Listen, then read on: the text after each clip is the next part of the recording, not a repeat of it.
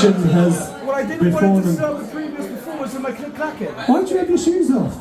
Because I didn't want to sell the previous performance of my click clacking. Oh no. Alright, okay. Wish me luck. Ladies and gentlemen, once again, we round of applause for Silver.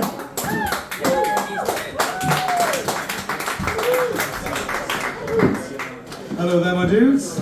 The name is Sylvan. I am the local NB Goth, and I'm just a day then. I'm here to cause some mayhem. We've had a lovely evening tonight.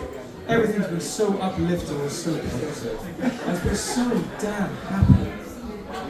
And as a goth, I kind of thought, I need to put a stop to that. But not until I do a little bit of a more positive pose first, and then I'm going to go into the more depressing side. The first one I'm going to do is called I Finally Feel Heard. Within this book contains my lore. Writing this, the tears would then pour. Bearing within these pages fragments of my soul, processing and sharing my feelings is my goal. I wish to show to all who care the times in my life that made my soul tear. That was a bit loud. These pages contain a part of me, of the moments that shaped who I came to be. Leading me on to my creative outlets, I am so glad that I finally found it. A way for me to finally be understood, and a way that I thought that I never have could. I found a way to make my feelings tangible. Writing poetry helps make my feelings manageable. I hope my words make you not feel alone, even if my pain to you is not known. Oh Christ. I hope the words give you the strength to push through life's pain, no matter its length. Thank you to you all who hear my words, and thanks to you all, I finally feel heard.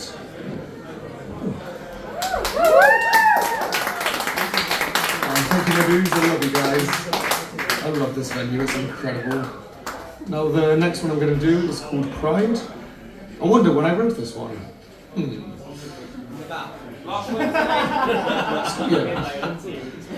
Pride, a day of joy, free from life's void.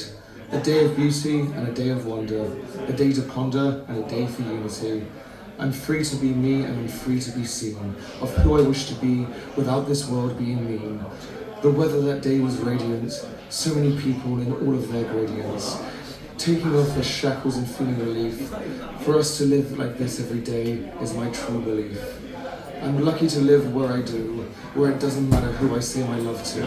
I'll never take this day for granted, for doing that would be nothing but shallow-hearted.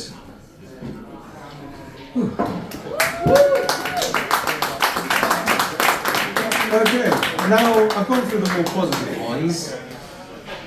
Now we're going into the emotional traumatizing ones, my friends. Hey! This is the first one I ever wrote. I wrote this on the 17th of July last year, after a friend tried killing herself and it made me develop PTSD. This one is called I Can Never Get This Sight Out of My Mind. I can never get this sight out of my mind. I'll remember this until the end of time. As your light almost faded, I swore I'd not grow jaded. You stopped breathing and I stopped thinking. My tears rolled and your hand curled. Gripping a knife, I wrestled in strife.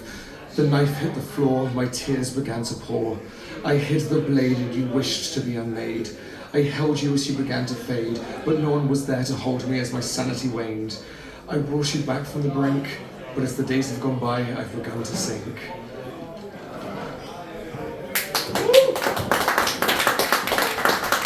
I love you guys.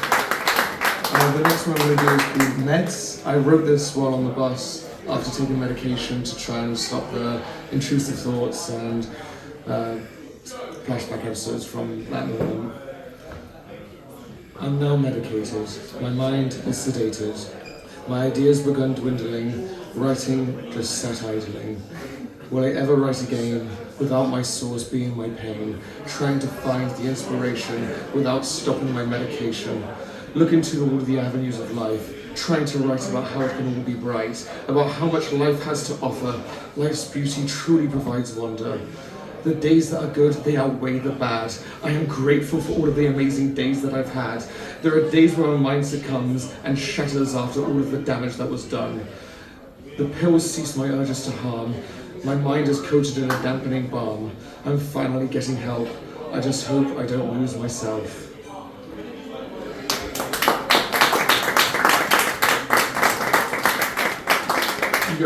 The next one I'm going to do is called The Wild-Eyed Boy. It's regarding basically just feeling like you've lost your voice, you are disposable, and you don't matter to people in your life. Oh, I'm looking at the wrong page. To feel like the wild-eyed boy is just to be somebody's toy. Keep them away until there is use. Fuck. I'd rather get given a use. To take me when you see fit, there's no fucking way that that's it. To feel neglection by all of your friends makes you lose your connections in the end. Either because you said nothing, or because you said something. How I wish to be the last thing on your mind. I think through my delusions I've grown blind. Leave me in my cage, leave me in my rage. Make me feel insane, and make me feel disdain. Make me cry at night, why must we fight? Why must you lie? When all it does is make me cry.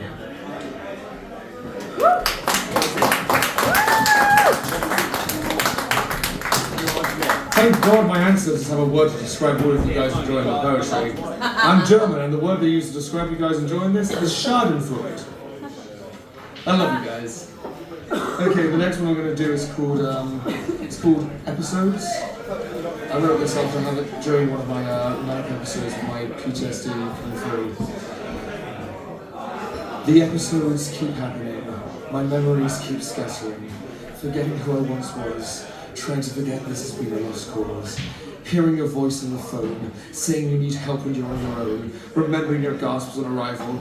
I was trying so hard to ensure your survival. Feeling your sternum within my palms, you were there dying in my arms. The cries I made when I saw the blue, those lips of yours weren't red when I saved you. I did my best to bring you back, only for you to come and attack who I am and how I'm perceived. It hurt to say it, but I was relieved. You showed me who you really were, so I can only watch on from afar, as you destroy the lives around you, following your MO, leading them on too. Will you spare them the pain that has led me to my disdain? The episodes, they come back.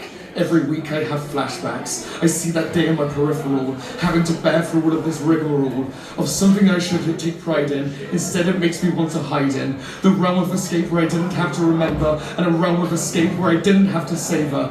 The voices have told me to cut myself, but I must fight against them or else I'll end up putting someone else through the hell that you've put me in yourself.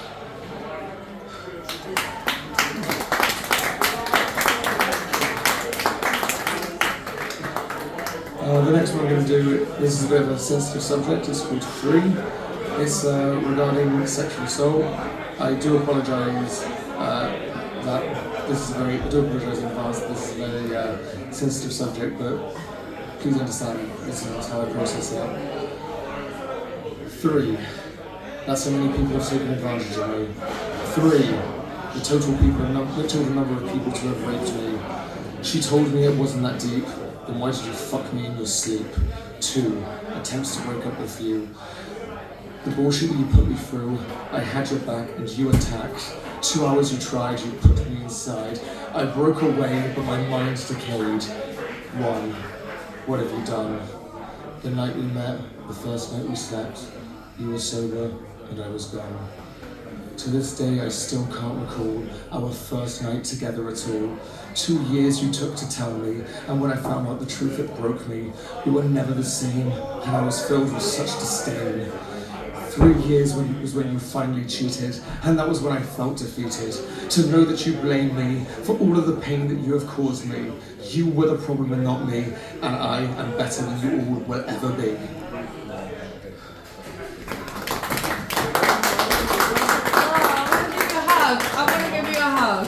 We'll do the hug later on, my friend.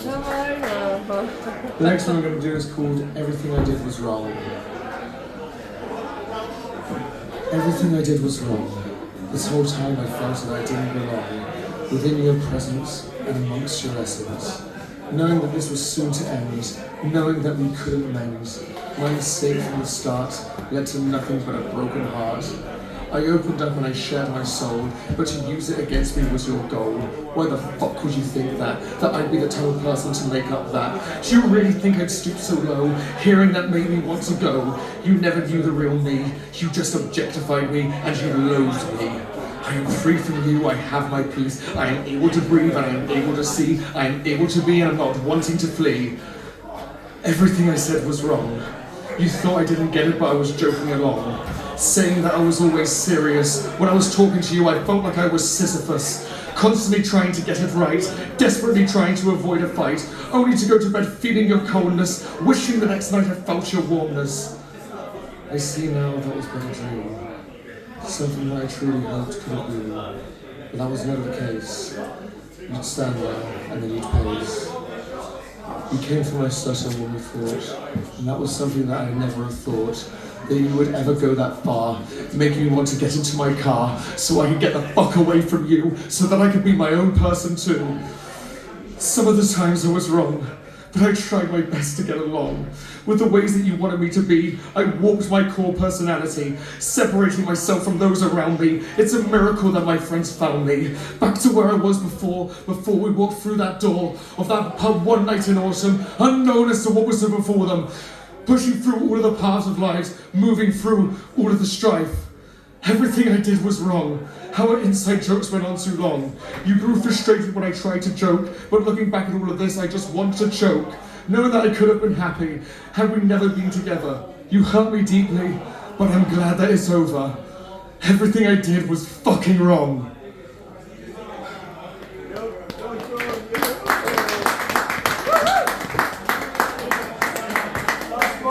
Last one?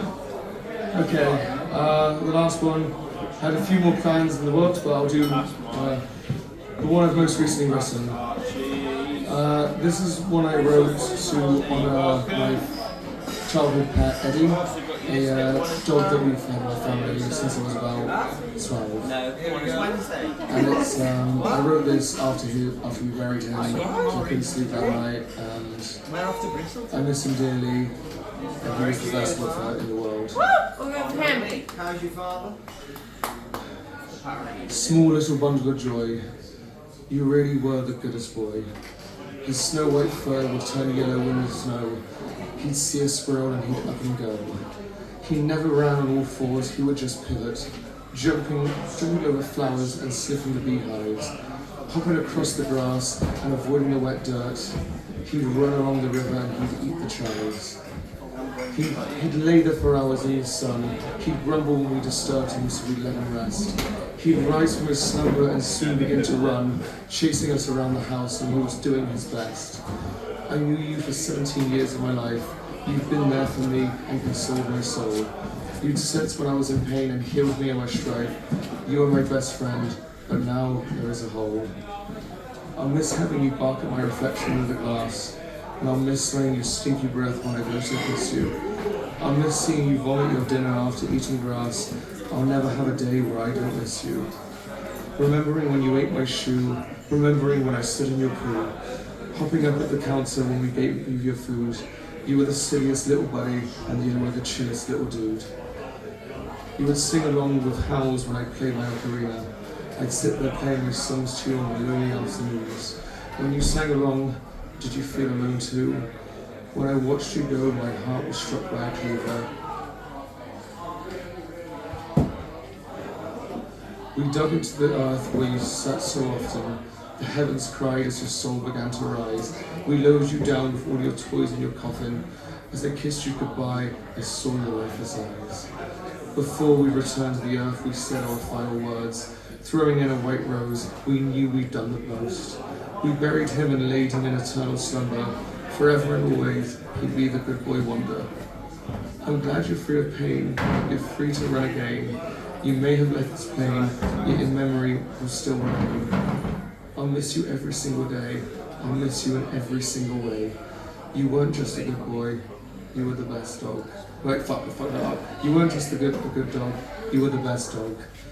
Sleep well and rest eternally, sweet papa. I love you always, you silly little brother. Jeff, if you've got time for one more, can I do one final one? It's inspired by the pastor Martin Niemöller. I'm hoping you guys are familiar with the poem. They came from 1939 Germany. I thought I would write this because it's very relevant with what's going on in the world at the moment. First they came for the communists, and he didn't speak out, for he was not a communist. Then they came for the socialists, and he didn't speak out because he was not a socialist. Then they came for the trade unionists, and he did not speak out, for he was not a trade unionist. And then they came for the Jews, and he did not speak out, for he was not a Jew. And then they came for him, but there was no one left to speak out for him. And now they come for the asylum seekers. I hope you speak out, even though you're not an asylum seeker. Now they come for the trans community, and I hope you speak out, even though you're not part of the trans community. And then they'll come for the Muslims, and I hope you speak out, even though you're not a Muslim. And then they'll come for the gays, and I hope you speak out, even though you aren't gay.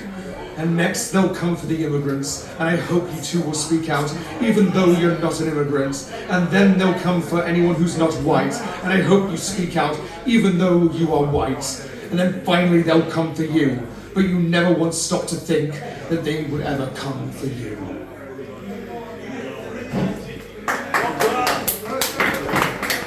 Thank you, dudes. You've been amazing. Hopefully that was a relatively decent downer for you guys. Bit of balance.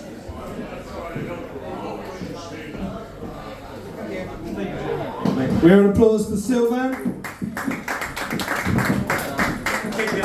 Is everybody all right? All right, here we are. This is the last act